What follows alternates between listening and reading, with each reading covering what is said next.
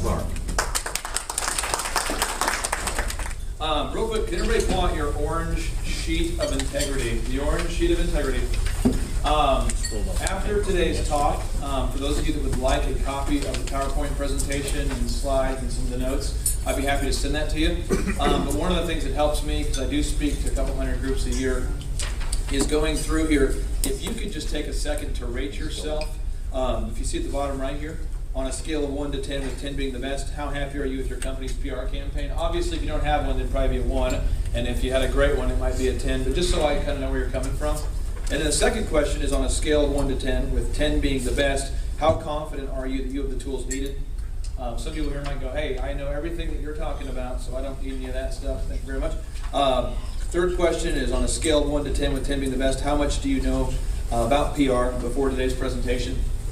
And you can see the following questions, but if you'll just go ahead and fill that out there, that'll help me a lot there. And then if you put your name, phone number, and email after the event, I promise I won't spam you or send you a bunch of things in the mail over and over. But what I will do is I will send you a copy of the PowerPoint presentation, the slides, and any follow-up questions you have, you can just call me or email me and we'll help you out there. So this is for your benefit, for me to know where you're coming from. And so I'll give you just a second to fill that out. In the meantime, I'll just sing the Jeopardy theme song. Today's topic is how to use PR like the stars, the art of converting clicks into cash. My background, just so you know, I think that sometimes the content of what you're hearing should always be weighted by who are we listening to, why is this person credible. So I just want to give you a little bit of a background on who I am and my background. I was the SBA Entrepreneur of the Year, as Roger said. We have 9 businesses.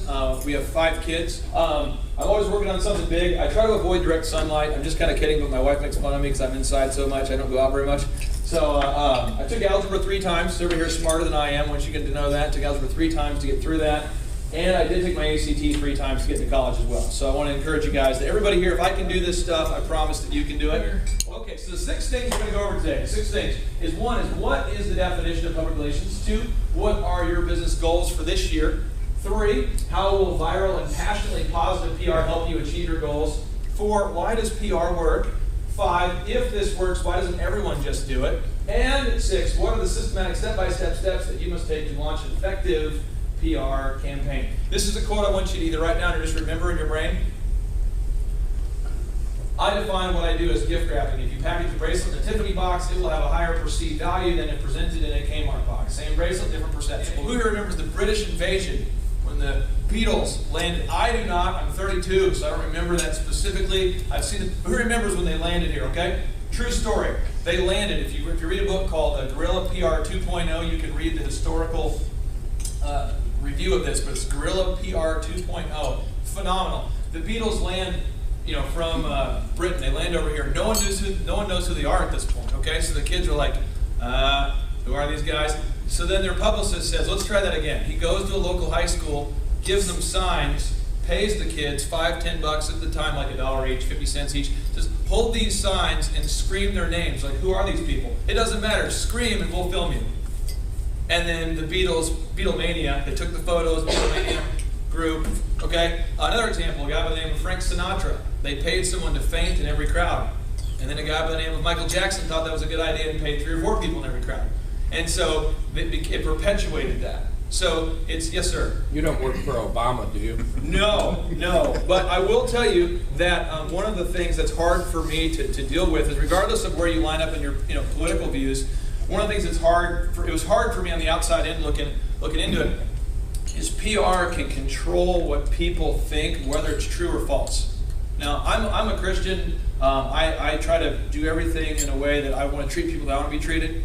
And I think a lot of us, regardless of our religious beliefs, want to do that. We want to treat people the way we want to be treated. But this is like the Force, like Star Wars, where you have and you can use the Force for the good team, for the good side, or the dark side. But it works either way. And they estimate somewhere between 70 and 85% of all news is a result of a press release, PR. Somebody paid to shape your view. Over 70%. Every study says over 70%. Some say 71, some say 84. Isn't that kind of crazy though? Think about watching the news tonight and how that affects your worldview. Now right now as a culture, what's the bias that the whole culture has, that every time you turn on the news, when it comes to the environment, what's the thing we're all being told to do? We all need to go green. Green. Aha. So is that a trend, or is that going to be a long term? Like, is that going to last? Is that a fad or a trend? Is that going to last beyond a year, you think? A trend?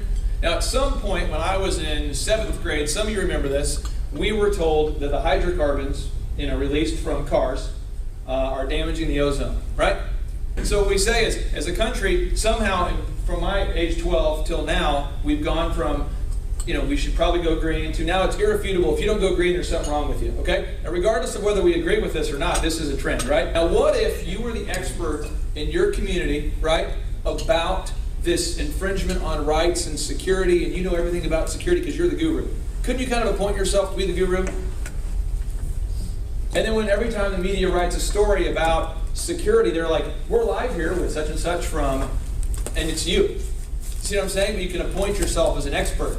And how does that translate into dollars and cents? It really helps. Have you guys ever seen, remember OJ, when the white Bronco was driving? And within like 10 minutes, they have an expert. My brother. Your brother? He was one of the guys they kept talking to all the time. Awesome. Well, that's an example. He's a lawyer, but we didn't believe it.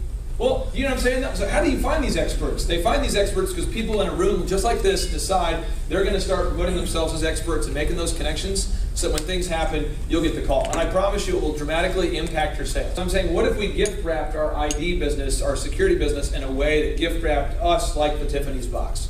Does that make sense? Where people now don't care about the price, they care about the value. Even though it's the same bracelet in the box. Is that making sense to everybody? This is my definition. The art of systematically creating the closer. The closer that you can use to enhance your existing reputation and close more deals now.